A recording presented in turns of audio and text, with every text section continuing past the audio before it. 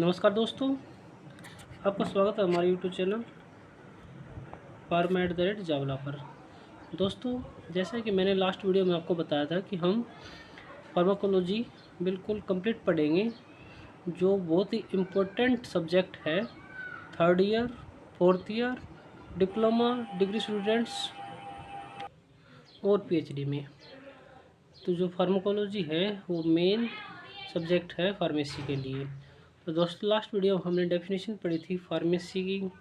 Pharmacy क्या होती है, Indian pharmacopoeia, British pharmacopoeia, toxicology. तो दोस्तों, आज हम इस वीडियो में डिस्कस करेंगे रूट ऑफ ड्रग एडमिनिस्ट्रेशन, कि किन किन रूट्स के द्वारा हम ड्रग को एडमिनिस्टर कर सकते हैं, किसी पेशेंट को हम या किसी बेनिफिशरी को हम दे सकते हैं। तो दोस्तों, वीडियो स्टार्ट करने से पहले अगर आप इस चैनल पर नए हैं तो चैनल को सब्सक्राइब करें, लाइक और बेल आइकन को दबाएं। तो दोस्तों, हम वीडियो को स्टार्ट करते हैं। तो most drugs can be administered by variety of routes. जो दवाइयाँ हैं वो बहुत सारे रूट्स हैं जिनके द्वारा हम दवाई को एडमिनिस्टर कर सकते हैं पेशेंट्स के अंदर और बेनिफिशरी के अंदर।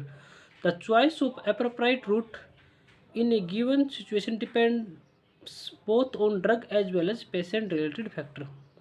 मतलब जो रूट होता है मेडिसिन का देने का, उस मेडिसिन पे डिपेंड करेगा और पेशेंट पर। पेशेंट की कंडीशन कैसी है, कॉन्शियस है, अनकॉन्शियस है, होश में है, होश में नहीं है, क्या सिचुएशन है, या ड्रग कौन सी है। तो इन फैक्टर्स पर डिपेंड करेगा route of drug administration. Okay. तो most commonly sense consideration feasibility convenience detect the route to be used. Route can be broadly divided into those for local action और सिस्टमिक एक्शन। अब हम पढ़ेंगे जो factor affect करते हैं choice of route, factor governing choice of drugs, choice of route. जो पहला है फैक्टर वो है physical and chemical properties of drug. मतलब कि ड्रग की फिजिकल प्रॉपर्टी क्या है, केमिकल प्रॉपर्टी क्या है। सबसे बड़ा मेन फैक्टर है ये ड्रग्स का। जैसे कि ड्रग सॉलिड फॉर्म में है, लिक्विड फॉर्म में है, गैस में है, सोलबिलिटी कितनी है, स्टेबिलिटी कितनी है, पीएच क्या है, इरिटेंसी कितनी है, कि ड्रग के कितना इरिटेट करेगा। उसकी फिजिकल प्रॉपर्टी जैसे कि लिक्विड है, लिक्विड फॉर्म में है, गैस में है, गैस में मेजर नाइट्रस ऑक्साइड होता है कि जनरल एनेस्थेटिक, वो गैस फॉर्म में होता है। तो रूट ऑफ ड्रग एडमिनिस्ट्रेशन से डिपेंड करेगा physical and chemical properties of drug. दूसरा है साइट ऑफ डिजायर्ड एक्शन, कि हमें ड्रग का इफेक्ट कहाँ पे चाहिए। लोकलाइज्ड एंड अप्रोचेबल और जनरलाइज एंड नॉट अप्रोचेबल। ठीक है, मतलब साइट ऑफ डिजायर्ड एक्शन, मतलब एक्शन हमें ड्रग का कहाँ चाहिए। अब है third rate and extent of observation of drug from different route, कि किस रेट से और कितने प्रोपोर्शन, मतलब कि 90%, 20%, कितने प्रोपोर्शन ड्रग अब्जॉर्प्शन चाहिए हमें, ये भी डिपेंड करता है। ओके। उसके बाद है effect of digestive juice and first pass metabolism on the drug. तो जो डाइजेस्टिव एंजाइम्स होते हैं उनका ड्रग पे क्या इफेक्ट है, और जो फर्स्ट पास मेटाबॉलिज्म में ड्रग कितनी यूज होती है, तो उस फैक्टर पे हम डिपेंड करेगा कि कौन से रूट से हमें देनी है मेडिसिन। उसके बाद है rapidity with which the response is desired, हमें कितने जल्दी उस ड्रग का एक्शन चाहिए। रूटीन ट्रीटमेंट और इमरजेंसी, अगर हम इमरजेंसी है तो हम कॉमन सी बात है कि हम ऐसा रूट अपनाएंगे जिससे ड्रग्स का इफेक्ट बहुत जल्दी हो जाए। और या रूटीन में तो नॉर्मल चली जाएगा। आगे बताऊंगा मैं आपको कौन कौन सी रूट्स हैं जिसके द्वारा मेडिसिन दी जाती है। अभी तो हम फैक्टर पढ़ रहे हैं। उसके बाद है accuracy of dose required, IV and inhalation can provide the fine tuning. Condition of patient, जो सबसे मोस्ट इम्पॉर्टेंट फैक्टर है वह कंडीशन ऑफ पेशेंट। पेशेंट होश में है, पेशेंट को उल्टी तो नहीं आ रही है, पेशेंट अनकॉन्शियस है, वो बेहोश है। तो ये सभी फैक्टर हैं दोस्तों जो किसी मेडिसिन का रूट डिसाइड करेंगे कि हमें किस रूट से देनी है और किस रूट से नहीं। एक बार हम क्विक रिवीजन करते हैं दोबारा। सबसे पहले physical chemical properties of drug. दूसरा है साइट ऑफ डिजायर्ड एक्शन, हमें एक्शन कहाँ चाहिए। थर्ड है rate and extent of observation of drugs. Fourth है effect of digestive juice and first pass metabolism on the drugs. उसके बाद है rapidity with which responsive desired, accuracy of dose, condition of the patient. दोस्तों, अब हम discuss करेंगे local route. सबसे पहले टॉपिकल। टॉपिकल, उसके बाद डीपर टिश्यू, तीसरा है आर्टियल सप्लाई। ओके, दिस जो टॉपिकल है ये है, this refer to external application of drug to the surface और फॉर लोकलाइज एक्शन। इसके अंदर क्या होगा, टॉपिकल रूट के अंदर क्या होगा कि हम किसी भी मेडिसिन से ऑइंटमेंट को हम टॉपिकली स्किन के ऊपर अप्लाई कर देंगे फॉर सिस्टमेटिक एक्शन। उसके बाद है जैसे कि अच्छा, it is open more convenient as well encouraging to the patient. Okay, drug can be effectively delivered to the localise lesions on skin, eyes, ear canal and canal or vagina in the form of lotion, ointment, cream, powder, paints, drop, spray, lozenges, positridge or pessaridge. Second, deeper tissue. Certain deep areas can be approached by using a syringe and needle. Syringe और needle के द्वारा हम deeper tissue में medicine को inject कर सकते हैं, but the drug should be in such a form that systematic absorption is slow. Example, intra article injection और hydrocortisone acetate in knee joint, infiltration around the nerve और intrathecal injection निजम lidocaine. अब है arterial supply. The close intra arterial injection is used for contrast media in angiography. Anti-cancer drug can be infused in femoral or brachial artery to localize the effect for limb malignancies. दोस्तों, हमने local routes में पढ़ा है topical, deeper tissue और आर्टियल। जो locals के अंदर हैं, जो लोकलाइज एप्लीकेशन शरीर पे लोकली अप्लाई करेंगे, जैसे कोई भी ऑइंटमेंट होगी, एंटीफंगल क्रीम्स, ऑइंटमेंट्स, सिटाडिन ऑइंटमेंट्स, पोविडोनाइड ऑइंटमेंट्स। उसके बाद है डीपर टिश्यू के अंदर, डीपर टिश्यू के अंदर जैसे इंट्रामस्कुलर रूट्स हो गया, सबक्यूटेनियस रूट्स, ये हम इंजेक्शन और नीडल के द्वारा दे सकते हैं। थर्ड है आर्टियल सप्लाई। आर्टियल सप्लाई के अंदर जो एग्जांपल्स हैं वो है जो एंजियोग्राफी में कॉन्ट्रास्ट मीडिया यूज करते हैं, वो आर्टियल रूट्स के बाद दिए जाते हैं। अब हम पढ़ेंगे systematic routes of drug administration. The drug administered through systematic route is intended to be absorbed into blood stream. मतलब जो हमारा मेन फंक्शन क्या होगा, जो हम सिस्टमेटिक रूट से देंगे, जो ड्रग है डायरेक्टली ब्लड स्ट्रीम के अंदर अब्जॉर्ब होनी चाहिए and distributed all over including the site of action. जो हम सिस्टमेटिक रूट से मेडिसिन से इंजेक्ट करेंगे या एडमिनिस्ट्रेट करेंगे पेशेंट्स के अंदर, वो से डायरेक्ट ब्लड स्ट्रीम में अब्जॉर्ब होनी चाहिए और जो ऑल ओवर बॉडी में फैल जानी चाहिए, और जो एक्चुअली जहाँ पे हमें एक्शन की रिक्वायरमेंट है मेडिसिन की, वहाँ पे जो बहुत जरूरी है। अब है ओरल रूट ऑफ मेडिसिन कि ओरल रूट के द्वारा हम मेडिसिन को कैसे दे सकते हैं, कौन कौन से फैक्टर हैं जो ओरल रूट को इफेक्ट करते हैं, ओरल रूट के लिए हम क्या कंडीशन चाहिए, तो वो सब हम पढ़ेंगे इसके अंदर। तो सबसे पहले हम ओरल रूट के बारे में डिस्कस करते हैं कि ओरल रूट से मेडिसिन हम कैसे दे सकते हैं। तो oral injection is the oldest and commonest mode of drug administration. सबसे जो पुराना है और कॉमन है वो है oral route. It is safer, more convenient, does not need assistant. ये बहुत बिल्कुल सेफ है, इसके लिए हमें किसी की सहायता की जरूरत नहीं पड़ती, और ओपन पेनलेस। सबसे बड़ी बात है कि इसमें दर्द नहीं होता। The medicament need not be sterile. Medicament को सर्टाइल नहीं होने की कोई जरूरत नहीं है। एंड सो इज चिपर, बहुत सॉलिड डोजेज फॉर्म जैसे powder, tablet, capsule, dozens, molded tablet, gastrointestinal therapeutic system, and liquid dosage form, elixir, syrup, emulsions, mixture can be given orally। Okay दोस्तों, तो जो ओरल रूट है बिल्कुल ही safe है patient के लिए, बहुत कन्वीनियंट है। ओके, जो लिमिटेशन ऑफ ओरल रूट है वो हम पढ़ेंगे अब।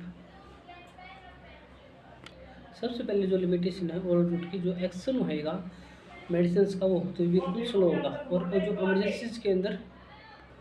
इमरजेंसीज के अंदर हम ये ओरल रूट बिल्कुल भी सुटेबल नहीं है, क्योंकि इमरजेंसी के लिए इमीडिएट एक्शन ऑफ मेडिसिन चाहिए, लेकिन ओरल रूट के अंदर ऐसा कुछ नहीं है। स्लोली धीरे धीरे ड्रग्स अपना इफेक्ट दिखाई। दूसरा है अनपैलेटेबल ड्रग्स जैसे कि chloramphenicol are difficult to administer.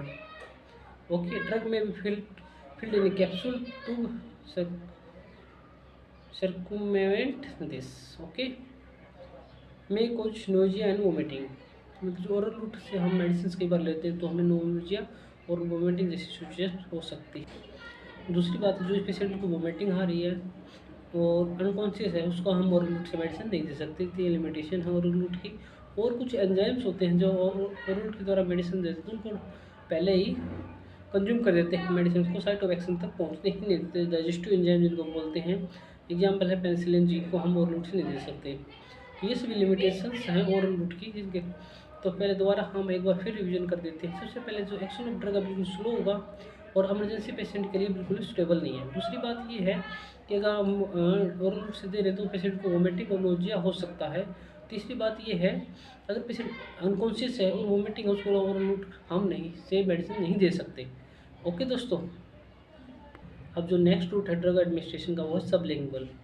तो सबलिंगुअल के अंदर क्या आएगा, द टैबलेट और pellet containing drug is placed under the tongue, जीभ के नीचे रख देंगे, और crush in the mouth and spread over the buccal mucosa. Okay, only lipid soluble and non irritating drugs can be so administered. जो lipid soluble है वही और नॉन इरिटेटिंग जो पेशेंट को इरिटेट ना करे तो हम सबलिंगुअल रूट से दे सकते हैं। जीभ के नीचे रख देंगे, माउथ मुकेजा डिजोल्व कर लेंगे। इनका जो एक्शन है सबलिंगुअल रूट का ओरल रूट से बहुत ज़्यादा जल्दी होता है। इसका जो सबसे बड़ा बेनिफिट है लीवर बाईपास हो जाएगा और ड्रग है जल्दी से मेटाबॉलिज्म हो जाएगा। Drug can B observe directly into systematic circulation. Drug given sublingual और जीटीएन ग्लिसरॉल ट्राइनाइट्रिल हम सबलिंगुअल और सोर्बिटेट हम सबलिंगुअल रूट से देते हैं। ओके, अब है rectal route. Rectal route NS के द्वारा हम कैसे ड्रग एडमिनिस्ट्रेट कर सकते हैं। ये उन पेशेंट्स के लिए जिसको बार बार वोमिटिंग और ये बेहोश हो तो उन पेशेंट्स के लिए हम रेक्टल यूज कर सकते हैं। एनिमा हम रेक्टल रूट से देते हैं। तो हम पढ़ते हैं certain irritant and unpleasant drug can be put into rectum as a suppository और retention enema for systematic effect. Okay, the route can also be used as when the patient is having regular vomiting और unconscious. Okay, ये route हम जब prefer कर सकते हैं patient को लगातार वोमिटिंग हो रही हो और पेशेंट अनकॉन्शियस हो। ओके दोस्तों, how is rather is inconvenient and embarrassing. Okay, patient के लिए जो मोस्टली मेडिसिन हैं जो रेक्टल रूट से दी जाती है वो है diazepam, indomethacin, paracetamol, ergotamine and few drugs can be given rectally. Okay, जिसका सबसे बड़ा बेनिफिट इमरजेंसी रेक्टल रूट का हम तभी अपनाते हैं जब पेशेंट को लगातार वोमिटिंग हो रही हो या अनकॉन्शियस हो। ओके, तो अब तक हमने पढ़ा है सबसे पहले ओरल रूट, उसके बाद सबलिंगुअल, उसके बाद रेक्टल। अब हम पढ़ेंगे कुटेनियस रूट के द्वारा हम ड्रग को कैसे दे सकते हैं पेशेंट को और बेनिफिशियरी को। जो highly lipid soluble drugs can be applied to the skin for slow and prolong absorption. Okay, जो हाईली लिपिड सोलबल है वो स्किन के ऊपर अप्लाई कर देंगे हम एंड प्रोलॉन्ग अब्जॉर्प्शन के लिए। इसके अंदर क्या होगा, लीवर इज बाईपास। जो लीवर का जो फर्स्ट मास मेटाबॉलिज्म से ड्रग जो मेटाबोलाइज होती है वो बाईपास हो जाएगा। सबसे बड़ा बेनिफिट ये है। Drug can B incorporated in a ointment or applied over specified area of the skin. Absorption of drug can be enhanced by rubbing the preparation, by using the oil base and by a occult dressing. Okay, cutaneous route के अंदर क्या होएगा, सबसे जो बड़ा benefit ये है कि लीवर बाईपास हो जाएगा। जो लीवर से जो मेटाबॉलिज्म मेडिसिन का होना था वो नहीं होगा। जो हाईली लिपिड सोलबल ड्रग होती है स्पेशल हम ओकेजनली या नॉर्मली वही मेडिसिन कुटेनियस रूट के द्वारा यूज करते हैं। अब जो रूट है ड्रग एडमिनिस्ट्रेशन वो इनहेलेशन, मतलब volatile liquid and gases are given by inhalation बस सिस्टमेटिक एक्शन। एग्जांपल हमने पहले भी पढ़ा था आपको, नाइट्रस ऑक्साइड और जनरल एनेस्थेटिक। ओके, अब जो inhalation drug is administered the action is very rapid. जो इनहेलेशन जो रूट के द्वारा मेडिसिन देते हैं उनका एक्शन बहुत ही रैपिड होता है। When administration is discontinued the drug diffuse back and is rapidly eliminated in expired air. Thus, controlled administration is possible with moment-to-moment adjustment. Irritant vapor cause inflammation or respiratory tract and increase secretion. दोस्तों, ये है inhalation root. इसके अंदर जो general anaesthetic हैं वो हम देते हैं। जैसे ही हमने मेडिसिन देना बंद कर दी तो जो सांस के द्वारा बाहर चली जाएगी दवाई। ओके, अब है नेजल रूट। अब नेजल रूट के द्वारा हम मेडिसिन कैसे दे सकते हैं, जैलोमेथाजोनिल नेजल ड्रॉप या बुडिसोनाइड नेजल स्प्रे हम नेजल रूट के द्वारा देते हैं। तो इसके बारे में हम पढ़ेंगे, अब वो डिस्कस करेंगे। ये है the mucous membrane of nose can be readily absorb many drugs, digestive juices and liver are bypassed. इसके अंदर क्या जो नेजल की जो मुकस मेम्ब्रेन ऑफ नोज है वो ऑब्जर्व कर लेती है मेडिसिन को डायरेक्टली। इसके अंदर जो लीवर है और डाइजेस्टिव जूस है वो बाईपास हो जाएंगे। How were only certain drugs like GnRH agonist and desmopressin applied as a spray for nebulized solution have been used by this route. The route is being tried for some other people, peptide drugs like insulin as to bypass the blood brain barrier. Okay, तो nasal route के द्वारा जेलोमेथाजोलिन और बुडिशनाइड nasal spray और भी बहुत सारी medicine है जो नेजल रूट के द्वारा दी जाती है। नेजल रूट का जो बेनिफिट है ये कि लीवर बाईपास हो जाएगा और जो डाइजेस्टिव एंजाइम्स वो भी बाईपास हो जाएंगे। अब है parenteral route. Parenteral route refer to the administration the medicine by injection which take the drug directly into the tissue fluid or blood without having to cross the internal mucosa. Okay, the limitation of administration are circumvented. Okay, drug action is fast. Parenteral route से जो हम medicine देंगे इनका सबसे बड़ा benefit ये है कि जो ड्रग का एक्शन होगा बिल्कुल फास्ट होगा। Okay, gastric irritation and vomiting are not provoked. Parenteral route can be employed even in unconscious and cooperative or vomiting patient. इस पेरेंटल रूट का सबसे बड़ा बेनिफिट ये है कि पेशेंट बेहोश है, उसको वोमिटिंग आ रही है, कोऑपरेट नहीं कर रहा, तो हम इस रूट को प्रेफर कर सकते हैं। ये बहुत ही अच्छा रूट है मेडिसिन देने का। लेकिन सबसे बड़ा साइड इफेक्ट है कि पेशेंट्स को पेन होता है साइट ऑफ इंजेक्शन पे जब हम नीडल पिक करते हैं। There are no chances of interfere of food और डाइजेस्टिव जूस। फूड का और डाइजेस्टिव जूस का कोई चांसेस नहीं होता। इसके अंदर जो पेरेंटल रूट के अंदर टिश्यू के अंदर देंगे या डायरेक्टली ब्लड के अंदर मेडिसिन देंगे। Okay, disadvantage of parental route are the preparation has to be centralised and is costly technique is okay and painful. Disadvantage क्या होगा? सबसे पहले मेडिसिन को सर्टाइल होना बहुत ज़रूरी है और painful at the site of injection. Okay, उसके बाद है सबकुटेनियस रूट। जो पेरेंटल का जो पार्ट है वो सबकुटेनियस के स्किन को थोड़ा सा उठा के हम इंजेक्शन लगा देंगे, डीप में नहीं देंगे। The drug is deposited in the loose subcutaneous tissue which is richly supplied by nerves but is less vascular. Okay, only small volume can be injected subcutaneously. Okay, subcutaneous route का सबसे बड़ा side effect ये है कि हम उन्हें little amount of drug can be administered. Okay, second को थोड़ा सा उठा के जैसे कि इंसुलिन के इंजेक्शन लगाते हैं। अब है intramuscular route of drug administration. As you know IM route of drug administration. Intramuscular route जो इंजेक्शन लगता है वो 90 डिग्री पर लगता है और डेल्टोडियल मसल्स के अंदर लगता है। Okay, the drug is injected in one of the large skeletal muscles. इनमें से एक मसल्स को मैं आपको नाम बताऊंगा। सबसे पहले deltoid triceps gluteus maximus rectus femoris muscle is less richly supplied with sensory nerves, okay, and is more vascular. It is less painful, but self injection is often impracticable because deep penetration is needed. Okay, जो intramuscular route है इसमें medicine अपने आप से नहीं लगानी चाहिए बिल्कुल भी, क्योंकि ये इसमें बहुत ही डीप देना पड़ता है ये इंजेक्शन डेल्टोइड मसल्स के अंदर। ओके, लास्ट है इंट्राडर्मल इंजेक्शन। इंट्राडर्मल जो बिल्कुल जो अपने डर्मल है लेयर ऑफ स्किन है उसके अंदर, जैसे कि BCG का इंजेक्शन लगता है और AR वेंट्रिलोरेस वैक्सीन भी इंट्राडर्मल रूट से दी जाती हैं। और this route is employed for specific purpose only. Okay, intradermal route. तो दोस्तों ये सभी रूट थे रूट ऑफ ड्रग एडमिनिस्ट्रेशन के जो हमने डिस्कस करे। एक बार हम ब्रीफ में दोबारा से फिर जाते हैं इन रूट ऑफ ड्रग एडमिनिस्ट्रेशन। सबसे पहले जो रूट ऑफ ड्रग एडमिनिस्ट्रेशन के कौन कौन से फैक्टर तो हो गया कि ड्रग के क्या प्रॉपर्टीज होनी चाहिए और पेशेंट की क्या कंडीशन होनी चाहिए, वो फैक्टर हमें सबसे पहले देखने हैं। उस फैक्टर के अकॉर्डिंग हम डिसाइड करेंगे किस रूट से हमें मेडिसिन पेशेंट को देनी है। उसका टॉपिकल रूट, उसका लोकल रूट के अंदर टॉपिकल के अंदर स्किन पर अप्लाई कर देंगे, डीपर टिश्यू के अंदर स्किन इंजेक्शन और नीडल के द्वारा दे देंगे। थर्ड आर्टिकल रूट्स के अंदर जो एंजियोग्राफी होती है उसमें आर्टिकल रूट अप्लाई होता है। सिस्टमेटिक रूट के अंदर सबसे पहले है ओरल रूट्स, ओरल रूट को उसके बाद है सबलिंगुअल, रेक्टल के बाद कुटेनियस के बाद है इनहेलेशन के बाद नेजल के बाद है पेरेंटल के अंदर फिर है सबकुटेनियस के अंदर इंट्रामस्कुलर, उसके बाद है इंट्राडर्मल। तो ये सभी रूट्स हैं। तो सबसे अच्छा रूट सभी बोल सकते हैं, हम रूट अपनी जगह सब अच्छे हैं।